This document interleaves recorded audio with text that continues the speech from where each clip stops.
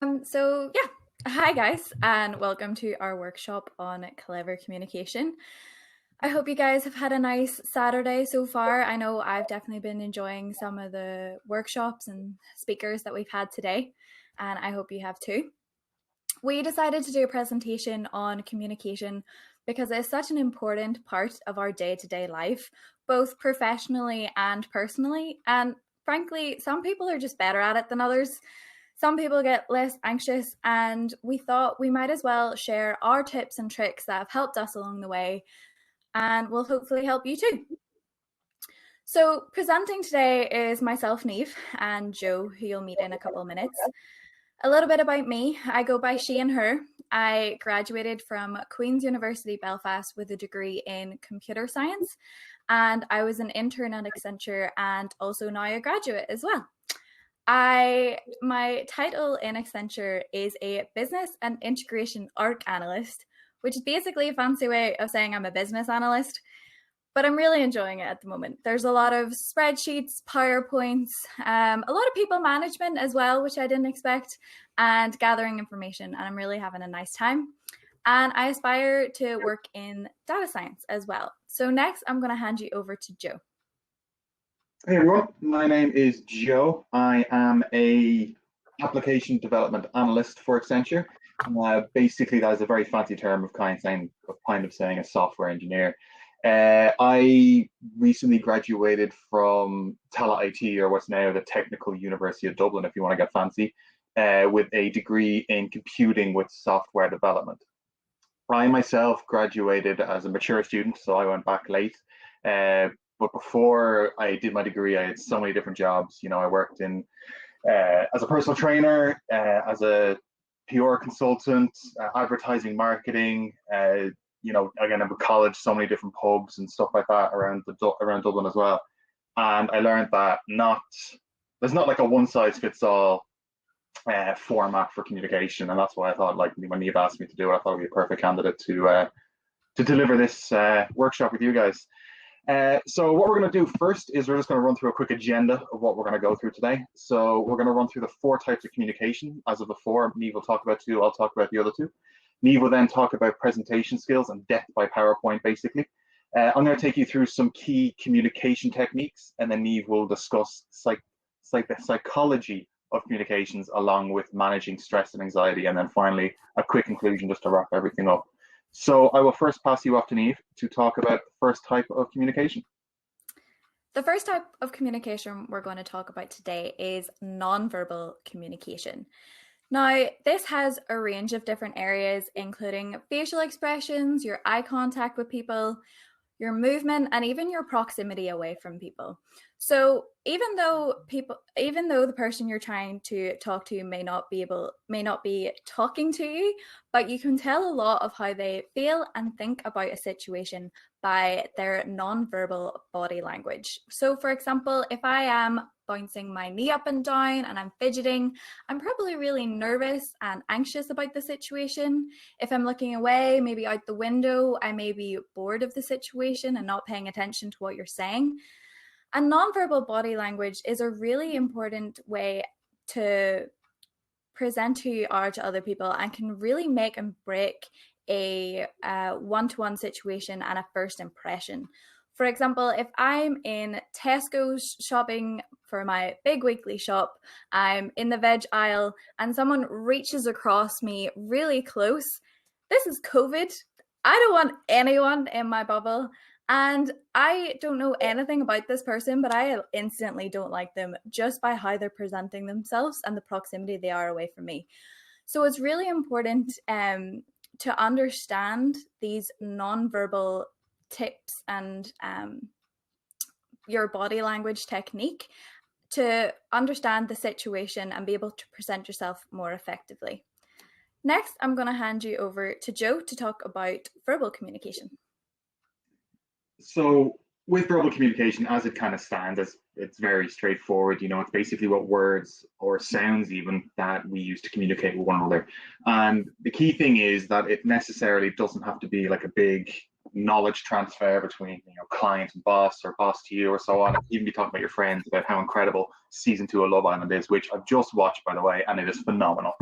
The key thing with verbal communication is to speak clearly and slowly, particularly in a formal setting, presenting, even kind of talking to co-workers or colleagues, whatever. Slow and steady wins the race, basically. And the reason why you do this is that there's no mix up in getting your message across, basically. The key thing with communication is that it is not a one-way street. It comes backwards and forwards. So listening to someone is just as important as getting your message across. And the best way even to keep a conversation going is to ask questions. Learn, understand. And from there, you seeming to be more engaged with someone can actually make them kind of respond to you in a much more positive format as well. The key thing with questions, though, is be careful of transitions. You don't want to be talking about season 2 of Love Island, then automatically transition to the budget of Tesla. You know what I mean? It makes no sense. So, keep the transitions flowing. The best piece and the biggest thing you should take away from verbal communication is, obviously, when you're presenting, is not to read off a script or read off the slides. When someone's kind of reading off the slides or reading from a script, it's almost, I don't know about you guys, but I find it almost distracting. You can tell that they haven't prepared. You almost would trust them less, in a sense, because they have this mundane tone. You can clearly know that they don't know what they're talking about. So yeah, do not read off a script. Have your points, have your notes, that's important, but put your own enthusiasm into it as well. And again, I'll pass you on to Niamh again, just to talk about the next one. So I'm going to be talking about written communication. Now, there's many different forms of written communication: memos, instant messages, reports, emails. I'm not going to get into them and list them all, but it's really important to change what you're saying and how you're saying it with these forms of written communication. So, for example, if I want to ask Joe to do a quick favor for me, it's probably going to be a one-sentence explanation of what I want him to do. I'll put it in a memo. I'll send it to him in an instant message, in a ping. But instead, if he wants a massive report on what project I'm currently working on or what area I'm currently in, I'll be sending a 5-page document with technical information, probably some graphs, a lot of words and analytics involved. So make sure that each form of communication that you use it correctly. Written communication can also really help speed up different processes and save time. So if I'm currently working on the 4th floor of my building and I need to talk to Joe and he's currently working on the 1st floor, I'm not going to walk down all the flights of stairs to find out that he's actually not in today or he's in a meeting and I have to walk all the way back up. I'm too lazy for that. It's not going to happen. So instead, I can send him a quick message to ask what I want. It will give him time to A, respond when he's back at his desk, and B, be able to go find the information and come back and tell me without me just having to wait idly by for him to give me the information. I next want to talk to you about getting written proof of things. Now, this was probably told to me in about my 1st or 2nd day in Accenture. It's important to get written proof. Now, this isn't to say that you don't trust your colleagues, because usually they're really lovely to work with, but it's always important to have written proof of something that you're currently working on that you can look back on and get the information quick and easily. But also, if there's a mistake and an error has occurred, you're able to look back on and say, oh, I got this information from here. Or, oh, this person said they would do this and I was to do this. There must have been a mix-up somewhere. An example of this is if I am talking to a colleague and asking them, okay, how many days did you work in January? They come back to me and said, yep, I worked 25, all good. I then go to the client and say, okay, this person worked 25 days for you. Pay up, please. All good to go. And they come back and say, hold on, nope. Our records show that they worked 20. Well, what's right here? What's the crack? I can pull up an email and say, oh, my apologies, this person did say 20. I've now gone back to them. I've talked to them. There must have been a mix-up. You were correct, or anything like this. It just kind of takes the responsibility off you a little bit, and it's really important to have. Next, I'm going to pass you to Joe, who will talk about visuals.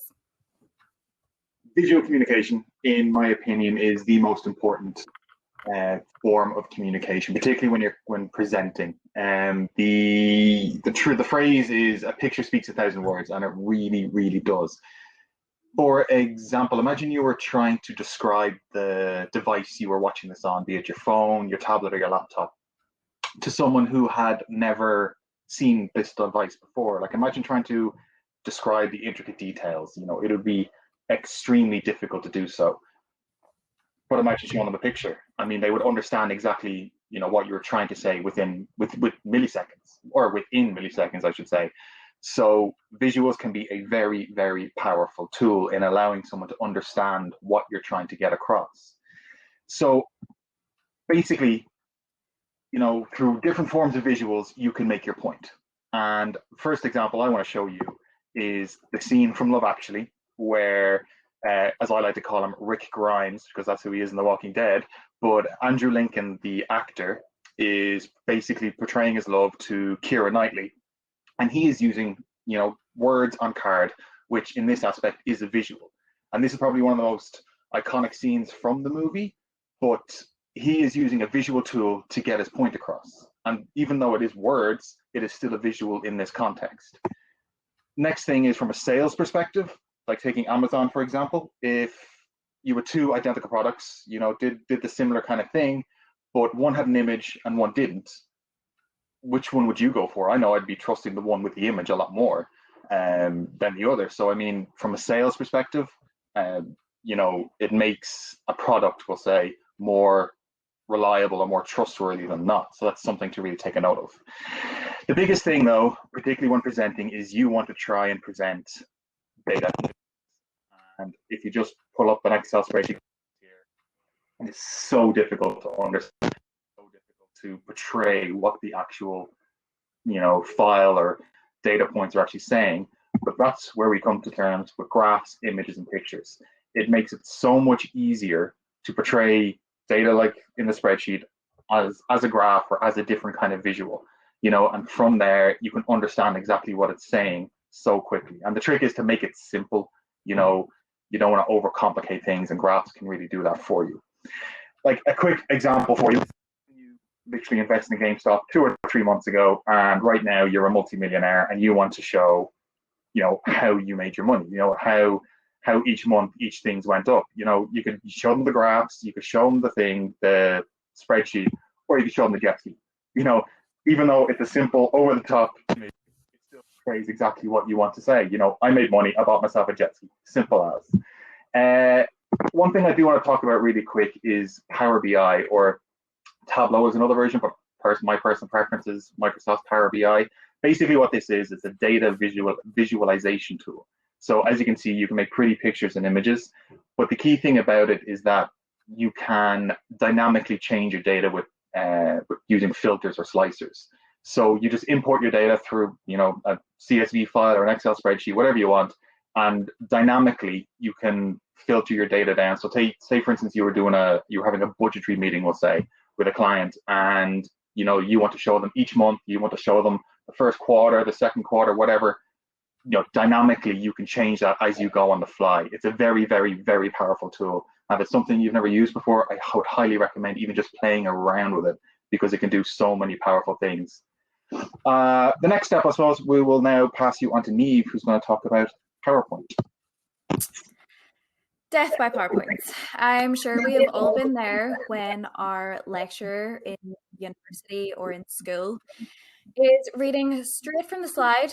The slides are cluttered with information, and you're trying to hastily write down everything that's currently on the slide. And then 10 minutes later, you're like, oh yeah, he was actually talking and explaining what's on the slide. I've now completely missed it. I have no idea what's going on. And that's when I would tend to zone out and be like, oh, I'll just watch the recording later. And then that's me for the rest of the hour. Done. This isn't a good way to present. What we have on the screen right now, a simple image, a few words to describe what the presentation is going to be about, gives people an understanding of what we're going to be presenting on. lets them not get distracted by the slide itself, but actually be able to listen to the presenter on what they have to say. Whenever you are giving a presentation to someone, it's really important to open up, explain who you are and why you're here, and show gratitude, because people have taken time out of their day to pay attention to what you have to say, and just say thank you for that, because it's a big deal. Another area we like to use whenever structuring our PowerPoint is using the three-legged stool method. So you take each leg of the stool, which is 3, and you split your PowerPoint presentation into these sections. So an example of this would be past, present, and future. In the past, this is what our project was. This is what it used to be like. This is why we came up with the idea in the first place. Present, this is what's currently happening on the project. This is our current problems, the issues we're facing. This is what we currently like. And then present, this is what we want our project to be. This is what our goals are. This is what we want to achieve. And this is how we're going to get there. It's also important whenever you're structuring your presentation to structure in a anecdote, fact, point, using those 3 areas, because it's scientifically proven that people understand and can remember stories better than they can remember facts and points. So if you start off with a little story about the information, give them some facts about why it's like this, why it's true, and then present your point, it can really hit home and people remember that a little bit better. Next, I'm going to move on to colors. Now, on the screen here, on the left-hand side is what is known as the color wheel, and this can be split up into many different sections. Warm tones such as red and cools, and then cool tones, or red and oranges, sorry, and then cool tones such as blue and green can also be split up into primary, secondary, tertiary colors, as well as splitting your colors into monochromatic tones. Now, this is basically just a fancy way of saying pick a color and use loads of different hues of it throughout your presentation. It's important whenever you're giving a presentation with your visuals that you don't just bombard them with loads of different types of color. You have to make sure that the colors are harmonizing together well and they're portraying what you want them to portray. So for example, on the right-hand side of the screen here, you can see 3 different colors. We have purple, that's usually associated with royalty. Green, usually associated with nature, outside, forest, grass, and this can be associated with eco-friendly, sustainable products. And then we have blue, which is associated with trust, which a lot of banks usually use. Whenever you're presenting, fonts is also very important. So Joe, if you want to move on to the next slide there. As you can see on the right-hand side of the screen, it's important to show a lot of contrast in your fonts. This is very subtle. You don't need to go OTT on it. Keep it simple. It works effectively. So for example, the first heading, large, bold, this is our main point. Then we have a subheading. It's actually in a different font. Not a massive contrast, but enough that you can tell. And then you have your main body of text, which is the same font as your top body, except not bold and a little bit smaller. Now, these aren't massive differences, but they really make an effect, and it's important to provide contrast in your fonts. Next, we have legibility. Now, you're probably looking at the screen here. Oh, Joe, if you want to move on. Yeah, maybe it's lagging for me.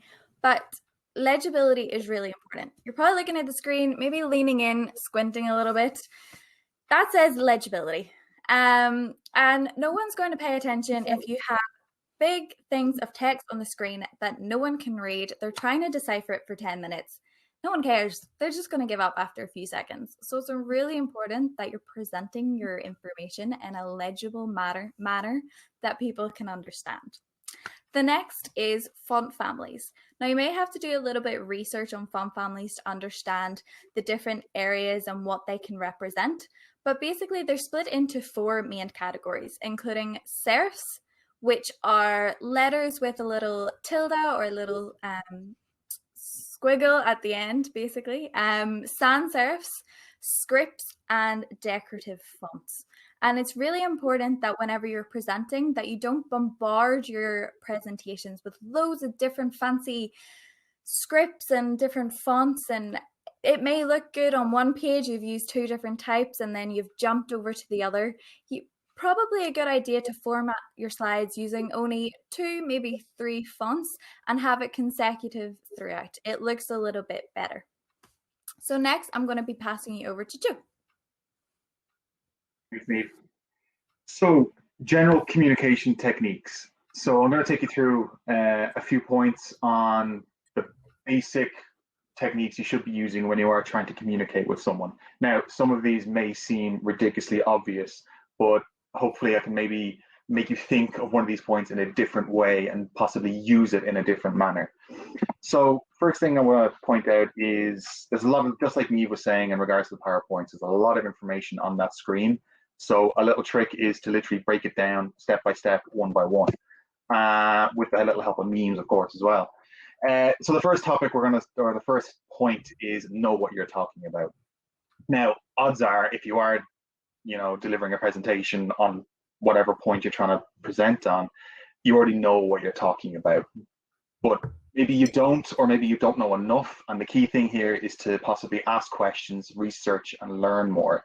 So in theory, you want to, if you are thrust in a situation or you're even having a conversation with someone that you've no clue what's going on, ask questions. Never be shy to ask the questions, because a lot of people almost prefer, giving you the answers, because it makes that person maybe feel a bit more, powerful, if you want to use that word, which can in turn make them kind of like you a little more because it feels like they've helped you. And the key thing here as well is be honest. If you are delivering a message or delivering a point, don't lie, don't avoid the truth, whatever, always be honest as well.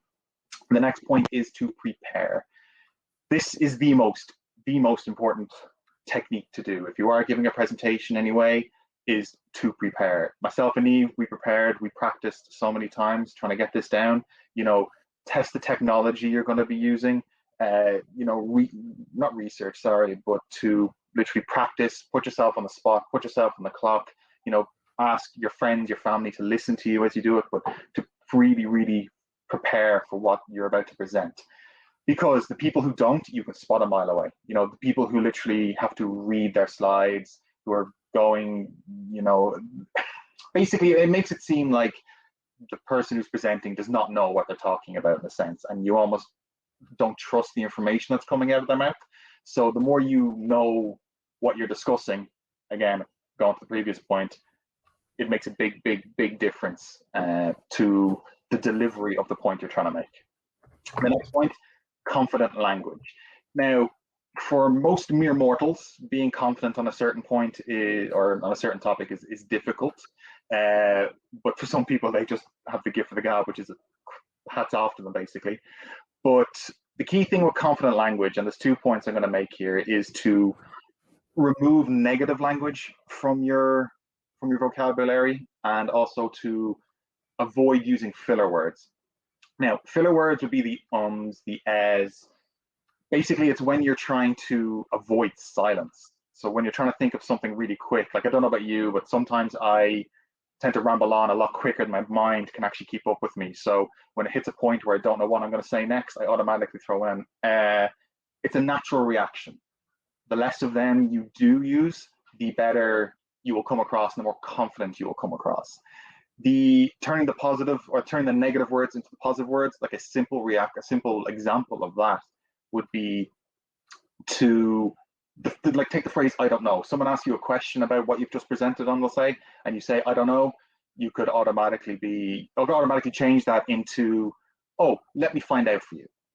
It's a little subtle thing, but it makes all the difference in the world. The last thing I'm going to leave you on here is just like a lot of people, a lot of presentations I've had to do is fake it till you make it. Put on a brave face, smile, and then after you walk out the room, you can collapse and faint. But the key thing is, in that moment, just even pretend to be confident. Again, it will help you deliver your point, deliver your message so much better. Find the best way to frame your story. Basically, this is understanding who your audience is. So for example, in this setting, memes are perfect. But if I was to deliver a presentation to a boardroom full of unhappy clients who are losing their money, would I be using memes? Not a hope in hell. So understanding what you need to do and the best way to frame your story makes all the difference.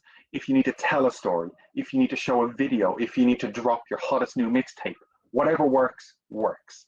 And again, understanding, how to deliver your message. So, if you were to deliver a presentation, like take this presentation, for example, to a CEO, to a group of students, to a group of 6-year-olds, would I be delivering it in different ways for each? Yes, 100%. 100%. And that's important to know what the best way is to frame your story to deliver an impact basically on what you're trying to say. The next part is relax. So this is the easiest thing to say, hardest thing to do.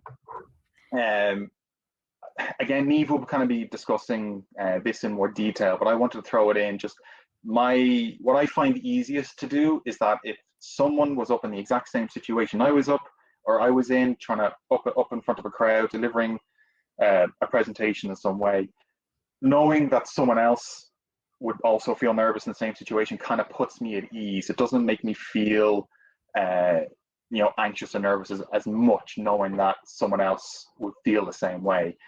But again, the more relaxed you are, generally comes down to how well you prepare. So the more you prepare, the more relaxed you are. The more you know about what you're talking about, the more relaxed you are. Again, simple things like that. Connect with your audience. So again, this kind of refers back to find the best way to frame your story. But understanding who your audience is means you can use certain tools or techniques to connect with your audience more. So, for example, if you were to talk about Paw Patrol to the CEO, it wouldn't connect as much. But if you're talking to like 6-year-olds, 5-year-olds, and you mention Paw Patrol, they would automatically engage with you a lot more. Depending what kind of thing you're doing makes all the difference. So that's something to note, is understand who your audience is to understand the best way to, again, make an impact delivery of your message. The next point is keep it simple. When you are delivering on a topic, 99.9% of the time, you know what you're discussing. The person on the other end doesn't. So keep it as simple as possible. If people want more information, they can always ask for more information. One of the best things I was ever told, actually was on my internship with Accenture, and they were like, imagine trying to explain how the internet works to your grandparent whose hearing aid didn't work. Keep it slow, keep it simple. They don't need to know about all the technical stuff. So, I mean, the less you give, the better, but at the same time, you need to make sure you are delivering your point and enough information to get your point across. People will always ask questions, which is a good thing. The next thing is to show emotion.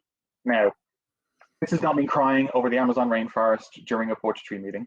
This basically means, if it is something, that you're trying to deliver, be excited about it. Show the emotion of excitement, happiness, joy, where maybe you're talking to your boardroom full of clients who are losing their money. Maybe you want to show a bit more empathy, but using the right emotion where applicable, as you can see on screen there, and in the right way. The next point is to tell stories. People love stories, and Niamh has mentioned it before. People love hearing stories. Even if you were to tell your friends how you went to the shop to buy bread, believe it or not, you're actually going to say it and tell it in a story format. It's just the way humans work. It's how we understand things more. So telling stories and anecdotes makes all the difference. And again, it can keep people engrossed into you. Next step is it's a science. So everything you do has, we'll call it a science impact, we'll say.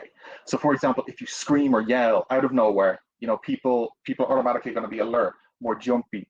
That's because levels of cortisol in their body will automatically rise, which in turn can engross them back into you. YouTube videos and movies in particular are so good at doing this, in that they will automatically burst loud music to engross you back in, because you're fully aware, oh my God, now something important is going to happen.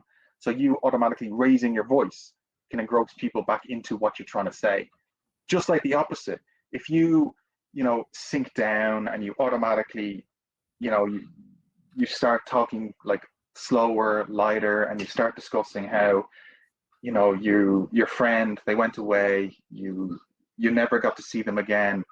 It was a sad, sad time. You can suck people in that way. People with that statement I just made, either people are like, what is he talking about? Or someone can actually relate to you. But either way, they are listening, because the people who are like, what is he talking about? They automatically are listening to you, being like, what is this guy doing? He's absolutely mad. Or the people who are, empathizing with you, or like, oh, this guy, I can relate to it. What's going to happen next? So there are two key things when regards to science aspect, is to understanding what you do, be it in a presentation, be it a conversation with your friends or coworkers, whatever. You can actually control how a person can relate to you in a circumstance. Another point I want to make is understanding with this slide is I'm able to control where you're looking at all times. So if I go back, I am showing where you need to look at all times, because I'm darkening out the older points and I'm highlighting the newer points. That's something of note, just a little PowerPoint technique I picked up along the way. Use it to your advantage as well. The next point is be entertaining. Now, again, where applicable, because if you were in a boardroom full of unhappy clients who were losing their money, again, would I be entertaining? No, not a hope in hell. So, again, be entertaining as much as possible. Again, here in this informal setting, we'll say, you can be as entertaining as possible, hence the memes. But, in a boardroom, you wouldn't be. People love to be entertained. We all have this one friend or someone who is the funniest, and they are liked a little bit more than the rest of the people because they can make you laugh. They make you feel better. You be entertaining, again, where applicable, and use it to your advantage. The last point I'm going to make is be yourself. There are over 7.8 billion people in this world, but only one of you. And as cliche as that sounds, your experiences, your emotions, they all matter. As in, if everyone was to deliver the same presentation, the same way, in the same speed, the same tone, it would be ridiculously boring, because you've heard it 7.8 billion times before. But you being you can deliver it the way you want to do, and it makes all the difference. It really will make you stand out and be noticed. So that is all the communication techniques. I'm now going to pass you on to Niamh, who's going to talk about the psychology of communication. Now, I always find the psychology of communication really interesting. So I've put up some main points I find to be the most useful. So raise the bar. Now, I've been using this since I was no age. I didn't even realize this was a psychology technique. But basically, all this means is that people tend to cave into smaller requests when they've already denied something bigger. Whenever I was younger, I'd go to my mom and dad and be like, here, guys, can I have a tattoo? It would be so nice. Obviously, they turned around and be like, Niamh, hell no, that is not happening in a million years. So then I'd be like, okay. Well, what about if I got my ears pierced? And then they'd cave in because they've already declined something big, whereas getting a little hole in my ear isn't as big. So they caved in and I got them. I was so happy. The next is chewing gum.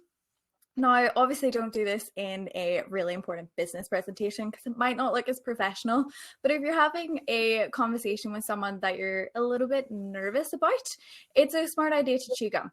So scientifically, it makes you more active and alert, but also relaxes you. So subconsciously, where you eat the most is usually home, which is a relaxing environment. And subconsciously, once you're chewing gum, it reminds you of eating, and it reminds you of eating at home, which is as simple as that. The next is silence is power. Whenever someone is explaining a situation to you that you don't quite understand what they're saying, or maybe you don't like what they're saying, after they've finished waiting for a response from you, just sit back, say nothing, kind of look at them like, are you going to say something else? Like intently. Usually a couple seconds, they'll feel a little bit uncomfortable and just keep speaking again. Probably going to explain the situation a little bit more clear for you to understand. The next point we have is use their name. Now, I'm really bad at this one. I'm not going to lie to you. Usually you need to ask someone 2, maybe 3 times what their name is. I'm so bad at remembering. But see if you meet someone and you remember their name, use it throughout their conversation. It really helps to build a rapport with someone. People like hearing their name, and it really helps for you, A, to remember what their name is, and B, for them to like you and have a rapport. The next is mirror their body language. Now, don't go OTT on that. That's a little bit weird. But I just mean if someone is having a conversation with you and they have their arms folded and they're stood back a little bit, if you do the same, it will probably make them a little bit more comfortable. Next, I'm going to talk about anxiety and stress. And if you've noticed here, I've actually used the 3-legged stool method in this slide as well, before, during, and after. Now, I'm going to base this slide off as if you're having a presentation with someone, just to make you aware, but you can use this in loads of different stressful and anxiety-induced situations. So prepare. As Joe has mentioned before, understand what you're going to talk about, know what you're going to say, know who your audience is also one that really helps. Prepare your slides or whatever it is that you need to know about and rehearse them over and over again. The more you know what you're going to say, the more relaxed you're going to be about the situation. Obviously, don't go OTT. No one likes hearing someone read straight from a script. Spontaneity is okay. You can mix up your points, but as long as you've rehearsed delivering what points you want to put across to people, it will make all the difference. The third is keep healthy. Now, this might be a little weird one because you're thinking, oh, I can't stop myself from getting COVID or being healthy, but that's not necessarily what I mean in this. Anxiety can produce a lot of different physical traits. Before a big presentation, before a exam, I'm never going to be able to sleep. It's just not happening. And I'm not going to be hungry either. So I'll end up having 5 or 6 cups of coffee today with no food, feel absolutely awful, not because of the presentation I'm about to produce, but the fact that I actually haven't eaten any nutrients, haven't slept at all. That doesn't help the situation. You have to subconsciously think about, right, I'll go to bed 2 hours later because I know I'll be up, or 2 hours earlier because I know I'll be up 2 hours later thinking and stressing about the situation, and I need at least a little bit of sleep. And try to make sure you have breakfast. You may not be hungry, but have a piece of toast, have something to eat before the presentation, and try not to hype yourself up on coffee because it does not help. During the presentation, it is always good to take deep breaths. When you're anxious, your heart rates increase, your palms get sweaty, and even just the fact of breathing in and out, it kind of reduces your heart rate and makes you less anxious about the situation. It also helps you to slow down. So it's important. I have probably been talking a little bit too quickly here, but if you slow down, make sure that you're speaking nice and clearly. It helps you get your point across, as well as the fact that not everyone you're presenting to may A, understand your accent, and B, have English as their first language. So it's important to speak slow and clearly. And it also helps with anxiety. The next is drink water. Now, you may have noticed that I've been drinking my water throughout the entire presentation. And stress and anxiety produces what's called dry mouth. And you'll probably notice this in comedians as well. They always have a glass or something to drink while they present. So to stop this happening, it's good to just have a glass of water at hand. Also, it helps you to just stop, have a drink during the presentation, kind of compose yourself, make you relaxing, focusing on something else, rather than just blaring through the entire presentation, waiting to the end to have a drink. Kind of makes you step back and relax a little bit. Now, after the presentation, it's always good to get feedback, understanding where you went wrong, understanding what was good about the situation. Now, we would love if you guys give us feedback either in the chat or the expo booth after this. And we get that information and reflect back on it. So the more we know of what our strengths are whenever we're presenting, what our weaknesses are, we'll be able to reflect on this, improve it in the future. And the next time we have to do something like this, we won't be as nervous about it because we have improved from last time. And that's just how it goes. The last but not least is treat yourself. Now, I got this from Parks and Rec, and as soon as I heard it, I've been living that mentality.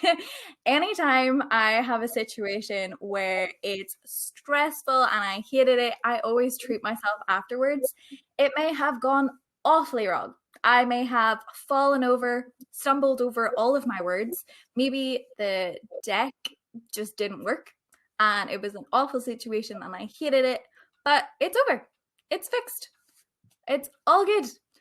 And it's always a good idea to treat yourself and reward yourself for putting yourself in such a uncomfortable situation that causes you stress and anxiety, and to treat yourself for doing it because it's helpful. Next, I'm going to hand you over to Joe to talk about the conclusion. The conclusion, finally. Basically, I'm going to leave you with 6 points from our talk today. And they are very easy to remember. They are who, what, where, when, how, and why. In proper terms, let's break them down a bit more. So when I say who, I mean who are you talking to? This can dictate what you're going to say and how you're going to say it. What means what do you need to say? What's the message you need to deliver, and what can you do to make an impactful delivery? Where do you need to put items? So consider the structure of your PowerPoints, consider the structure of your stories. Where do you need to put certain things? When, so it's important to know when you need to use one tool over another or one technique over another. And it's also important to know when you need to prepare. How, so how to say or phrase certain things. And again, using research and stuff, how to use tools, certain tools and certain techniques. And finally, why?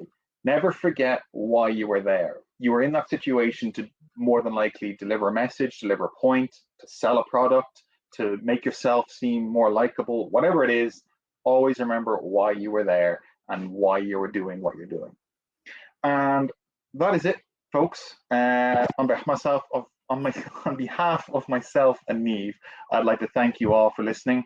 And if anyone has any questions, feel free to throw them in the chat. Or like Niamh said, we have an expo booth that we will be at after this. Feel free to pop along. So thank you. Yeah, and if you want to talk to us about any of the opportunities to work for Accenture, the internship is open, the applications for it is open from yesterday or last Wednesday to next Wednesday. And also we offer graduateship programs. Both of us have been in it. We know the situation. We know what it's like to work in Accenture. So feel free to pop in at the Expo and just ask us random questions, even if it isn't about work or this presentation. Just come and pop along. We're actually friendly, so yeah, feel free.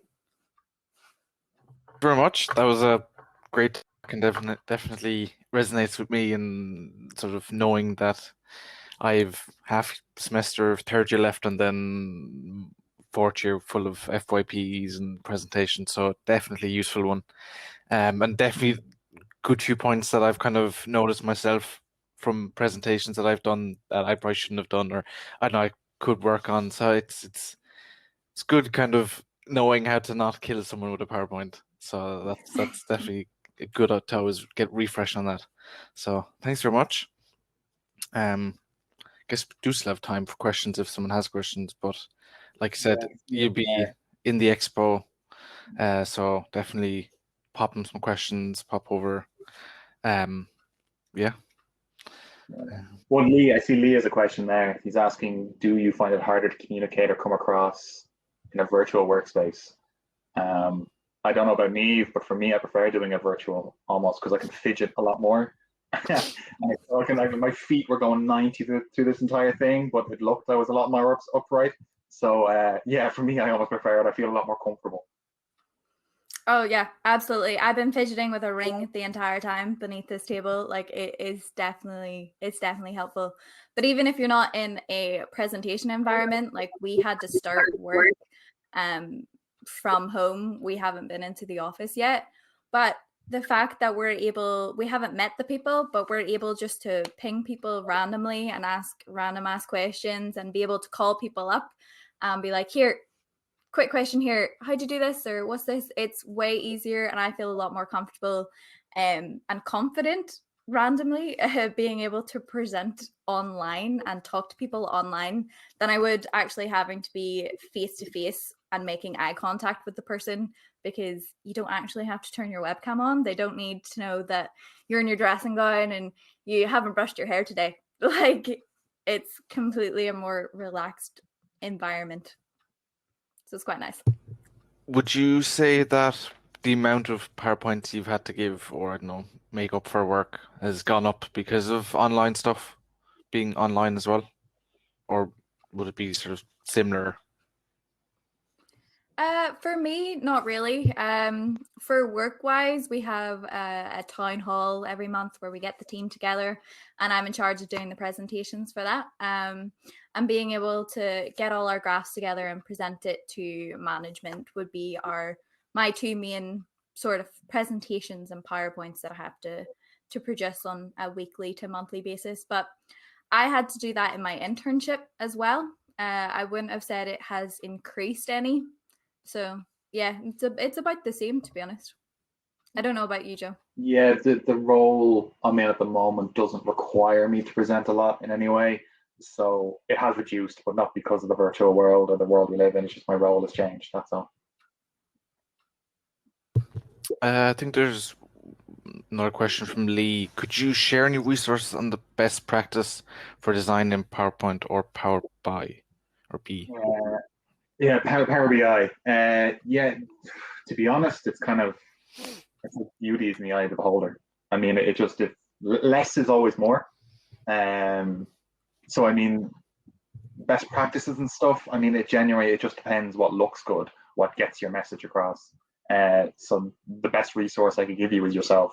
You know, what do you think looks good? If it looks overcrowded, it's overcrowded. If it looks too colorful, it's too colorful. You know what I mean? Your gut will tell you exactly what it is. Yeah, there's also loads of design techniques online about how to present different datas and different visuals. I know myself, there's a really interesting TED talk, and also I think there's a book on it as well, called like Data is Beautiful. But I'm sure we can share some links online with you guys. But yeah, if you just do a Google, I'm not sure if I have a link on my laptop here. But yeah, Data is Beautiful, I think it's called. There's some very good techniques out there. Nice. Yeah, that's yeah, I've kind of myself looked or realized like, the Excel graphs are really boring. Yeah. And the one slide you had with the Power BI examples just do look a lot nicer and slightly rounded corners. So it just looks a bit more PowerPoint presentable, essentially. So, Yeah, exactly. so yeah, Cool. perfect. Yeah, thanks again for coming and giving us a good look into how to avoid death by PowerPoint. So appreciate it. Yeah, definitely. Thanks for having us. And as I said before, we'll be in the expo booth after this. So hopefully we'll see you guys there. Perfect. I think there's student lightning rounds going on if you want to hop in there. They're usually always very interesting. And then the closing speech is at 5. So I guess we'll see you there. Perfect. Bye-bye. Thanks. Thank you. See See ya. Bye.